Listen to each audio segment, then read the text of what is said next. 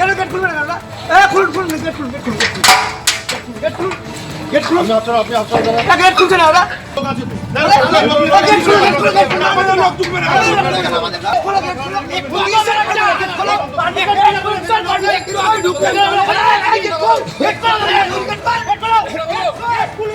দেখতে পাচ্ছেন ছবি, কলেজের স্ট্রংরুমে সিসি ক্যামেরা বন্ধের অভিযোগ, আর সেই অভিযোগে তুমুল উত্তেজনা তৈরি হয় স্ট্রংরুমের বাইরে।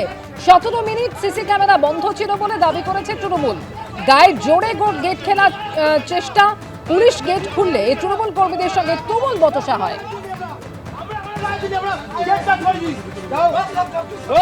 সিসিটিভিও তো এক ধরনের টেকনোলজি, এবং যারা এই কাজটা করে নিশ্চয়ই নিখুঁতভাবে করে। তাহলে হঠাৎ করে এই সিসিটিভিগুলো যে দৃশ্যগুলো আসে সেগুলো বন্ধ হয়ে যাচ্ছে, অস্পষ্ট হয়ে যাচ্ছে, বোঝা যাচ্ছে না এই যে বারাসাতে হয়েছে এটা কেন। এবং আমরা তো দাবি রাখবই যে কয়েক ঘন্টা কি যে কয়েক মিনিট আমরা দেখতে পারিনি সেইটার সিসিটিভি ফুটেজ তাদের আমাদেরকে দিতে হবে, কারণ রেকর্ডিংটা হয়ে গেছে, স্ক্রিনে ভিজিবিলিটি নেই।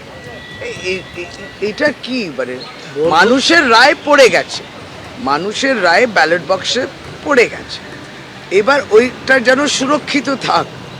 তাহলে প্রত্যেক দিন তৃণমূল কংগ্রেসকে এই লড়াইটা করতে হচ্ছে কেন? কারণ 15 বছর ধরে যে অভিযোগগুলো আমরা করতাম সেই অভিযোগগুলো আজকে তৃণমূল করছে। আর কেন এমনটা ওদের সাথে বারবার হয় বলুন তো? ওদের মুখ্যমন্ত্রীর ভোট গণনা যখন হয় তখন লোডশেডিং হয়ে যায়, ওদের যখন ভোট এই সিসিটিভি দেখতে থাকে তখন হঠাৎ করে সিসিটিভি বন্ধ হয়ে যায়। এগুলো কেনই বা হয়? সত্যি এখানে কোনো টেকনিক্যাল প্রবলেম হতে পারে। ওরা সেই সময় পারমিশন নিয়ে স্ট্রং রুমের সামনে পৌঁছতে পারতো, আবেদন করতে পারতো। গ্যালারি শো করে এইসব ভাষণবাজি করার তো কোনো দরকার ছিল না। আসলে ওদের পরাজয় নিশ্চিত। যারা এতদিন ইভিএম এ গন্ডগোল করে, ইভিএম এ কারচুপি করে, ওরা তো সব জানে যে কিভাবে কি করেছে। তাই ওরা সেই জায়গাগুলো নিয়ে ভাবছে যে এবার যদি বিজেপি ধরে ফেলে। 93% ভোট দিয়েছে। অপেক্ষা করুন, 4 তারিখে বাংলার মানুষ ঢাক ঢোল বাজিয়ে এই সরকারের বিসর্জন দিয়ে আসবে।